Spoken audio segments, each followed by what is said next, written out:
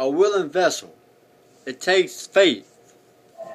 If God could have a people, if He could have a church with a burning desire, a zeal, to start a revival that's unprecedented, to be the forerunners to start this revival.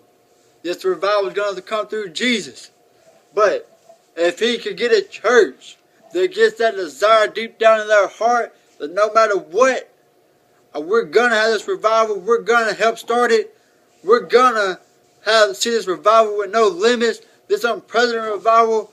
In the last days, it says that Jesus is going to pour out His Spirit upon all flesh.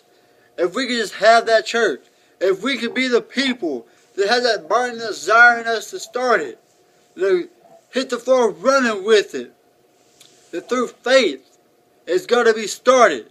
And whenever it comes, you better be ready, because it's going to be so great. It's going to take this world by shock.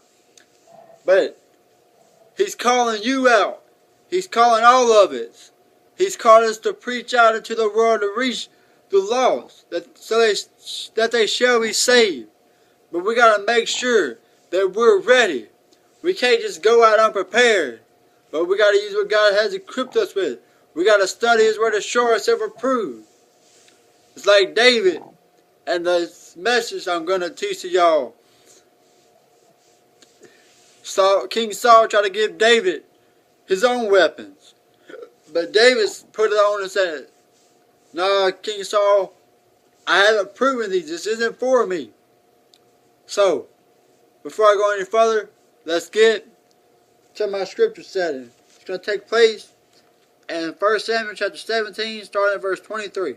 "And as he talked with them, behold, there came up the champion, the Philistine of Gath, Goliath by name, out of the armies of the Philistines, and spake according to the same words, and David heard them. And all the men of Israel, when they saw the man, fled from him, and were sore afraid. And the men of Israel said, Have ye seen this man that come up? Surely to defy Israel is he come up, and it shall be that the man who killeth him, the king will enrich him with great riches, and will give him his daughter, and make his father's house free in Israel.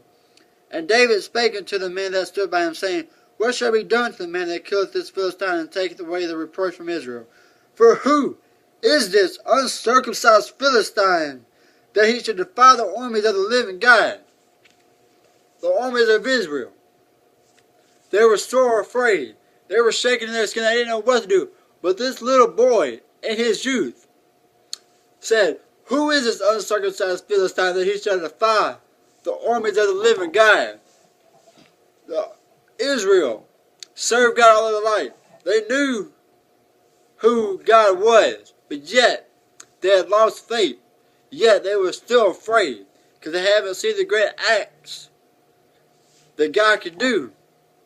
But David, being known that through his past experiences, God could do anything if He sees fit. If you have the faith, God could do it. It says all you got to do is have the faith that's greater than mustard seed. And God surely can do wonders.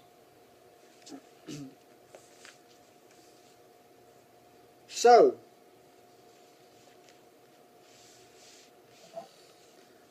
just as David is getting bold, he's getting strong, like, yeah, I could take him. Look, he's tearing down our people. He's marking our God. Well, I'm going to take him because I've seen God work through me. But just about as always, here's comes somebody trying to tear him down. Something's always trying to knock your faith whenever you feel like you're getting to that point to where you can defeat the enemy. 1 Samuel verse 17 and 28, it says, And Eliab, his eldest brother, heard when he spake unto the men, and Eliab's anger was kindled against David. And he said, Why camest thou down hither, and with whom hast thou left those few sheep in the wilderness? I know thy pride and the naughtiness of thine heart, for thou art come down that thou mightst see the battle. So David's older brother Eliab was trying to get David down, like, David, I know you. You just come down here to try to see the battle. You're up to no good. But that didn't discourage David. Let's look at verse 39. And David said, what have I now done? Is there not a cause? And so, let's go to verse 30 and 31.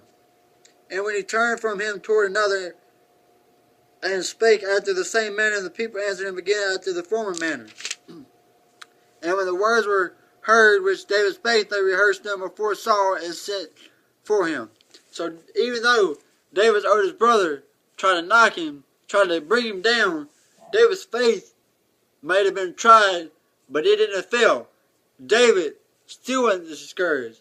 David still had the faith. David still knew that with God all things are possible. And God has called me out here for a reason. I'm going to defeat this Philistine because I've seen how God works.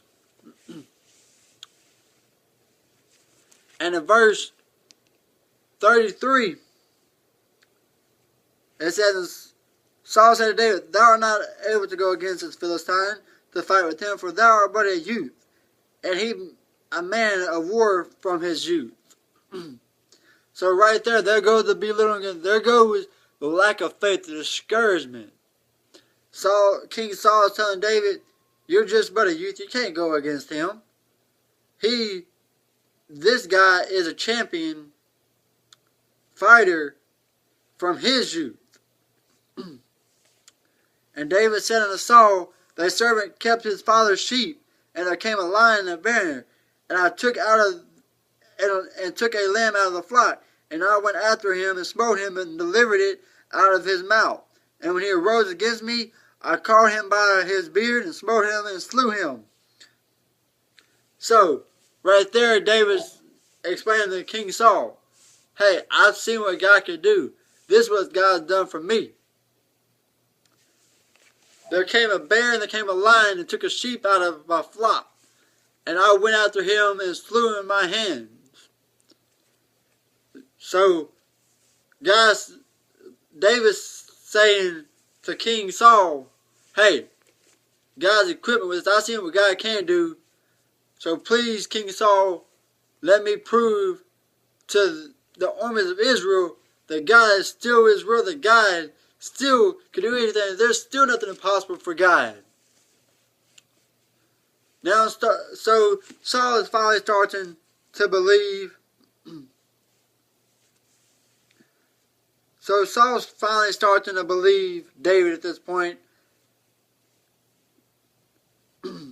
Thy servant slew both the lion and bear. This is what he's telling Saul. Thy servant slew both the lion and the bear, and the uncircumcised Philistine shall be as one of them, seeing he had defied the armies of the living God. So right there, he's showing his faith. This is what it's going to be. This Philistine is going to be like the lion and the bear. God's going to deliver him into my hands today, and I'm going to slew him. So, there it is. King Saul is being convinced, okay, maybe David's right. Maybe he can do this. So in verse 38 it says, and Saul armed David with his armor, and he put in a helmet of brass upon his head. Also he armed him with a coat of mail. And David girded his sword upon his armor, and he essayed to go, for he had not proved it. And David said to Saul, I cannot go with these, for I have not proved them. And David put them off of him. So, even though Saul was starting to believe that David could defeat this giant, he still had lack of faith, so he tried to equip David with his own armor, knowing that it has been proved by him that it was the greatest of all the land. But David was like, no, sir, King Saul, this isn't for me. I haven't proved this. So, David took what he had proven before. So,